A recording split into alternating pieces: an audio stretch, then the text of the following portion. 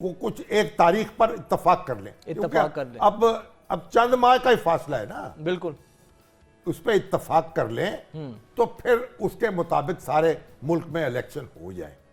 और अगर ऐसा नहीं होगा तो फिर सुप्रीम कोर्ट का जो फैसला है उसके मुताबिक इलेक्शन कराने पड़ेंगे। सही। अच्छा, इलेक्शंस की आपने बात किया, परसों से इमरान खान साहब का ये बयान बड़ा गर्दिश कर रहा है जो उन्होंने इंटरव्यू में दिया है। उन्होंने कहा जी हमने जो पंजाब और केपीके की असम्बलियाँ तहलील की थी तो वो बाजवा साहब की उस पे हुक्म पे, उनकी कहने पे हमने तहलील की थी। बाजवा साहब जो थे ना, वो उस जिस वक्त असम्बलियाँ तहलील हुई रिटायर हो चुके थे। वो रिटायर हो चुके थे। हाँ।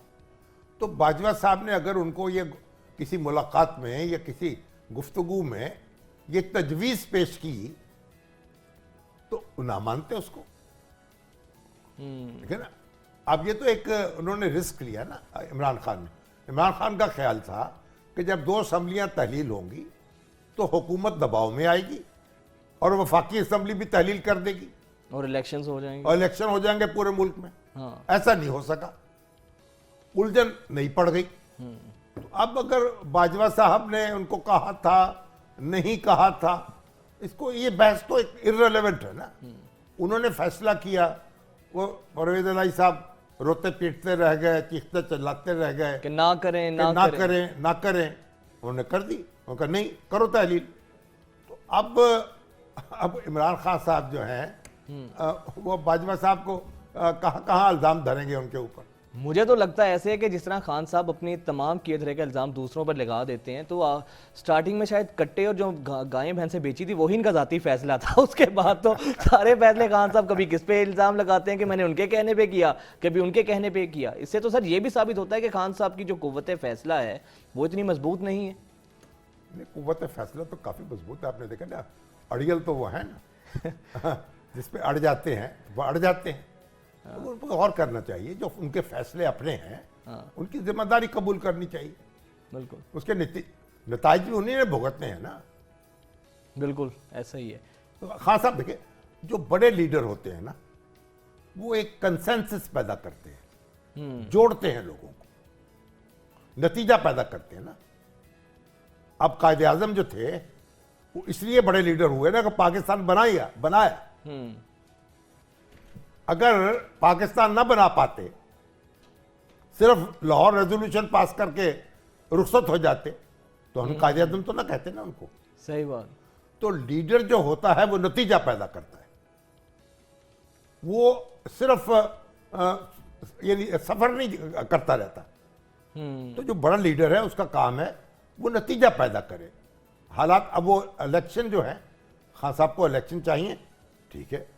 अब वो हालात को संभाले, अपने मुखालफों, वो मुखालिफ उनसे खौफज़दा है, अदारे उनसे खौफज़दा है, वो उनसे खौफज़दा है। वो हर रोज़ बयान देते हैं मेरे कत्ल की साजिश हो रही है, और दूसरे कहते हैं पता नहीं ये आके क्या कर गुजरेंगे।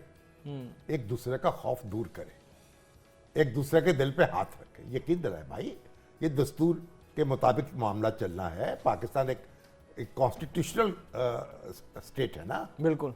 तो इसमें कोई ऐसी बात नहीं, एक दूसरे से डरने की ज़रूरत नहीं है, एक दूसरे से घबराने की ज़रूरत नहीं है। कोई खान साहब किसी को खा नहीं जाएंगे और खान साहब को कोई खा नहीं जाएगा। अच्छा, ये जो कहा जाता है कि बाद में खान साहब के जिस तरह कुछ वर्कर्स भी शहीद हुए, फिर आपने देखा कि एक तसादुम हुआ, हमने देखा लग ऐसे रहा था कि मद्दे मुकाबिल कोई पीटीआई के कारकुनान और पुलिस नहीं है, कि इंडिया और पाकिस्तान की दो जो अफवाज आपस में मद्दे मुकाबिल हैं। वर्कर्स भी जख्मी हुए, कुछ एक दो जान से भी गए अपनी। आपको लगता है कि अगर केसेस थे जिस तरह बाकी लीडर्स वगैरह ने गिरफ्तारियां दी हैं, क्या कबाहत थी अगर खान साहब भी गिरफ्तारी दे देते तो ये तसादुम इतना कुछ ना होता? लेकिन ये तो खान साहब अपनी सवाबदीद है ना, वो क्या अपनी हिकमत अमली इख्तियार करते हैं।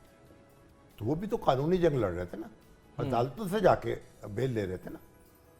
मगर एक बात मैं आपसे अर्ज करूं कि जो सियासी कारकुन है ना, उनको ना तो ताकत इस्तेमाल करनी चाहिए, ना तशद्दुद का रास्ता अपनाना चाहिए।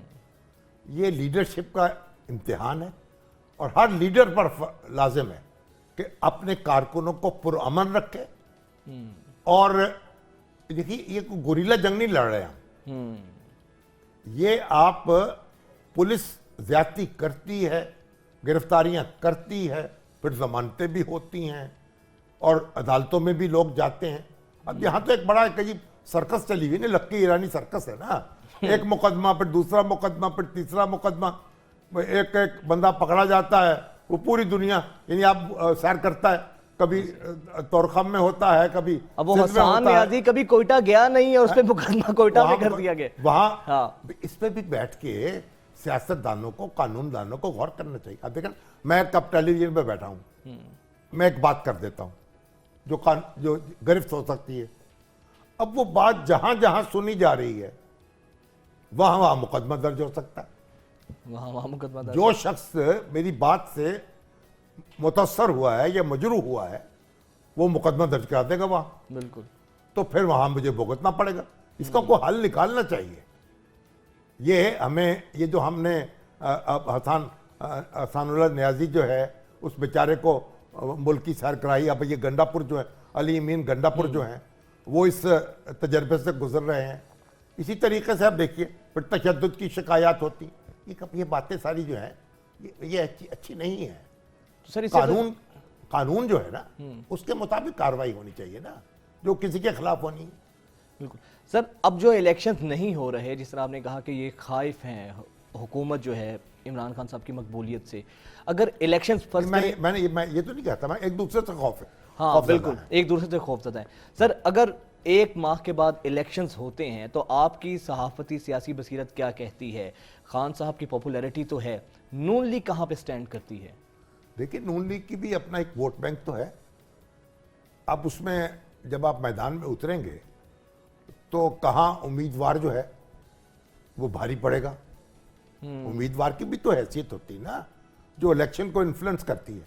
एग्जैक्टली 100% वोट पार्टी को नहीं पड़ता या लीडर को नहीं पड़ता।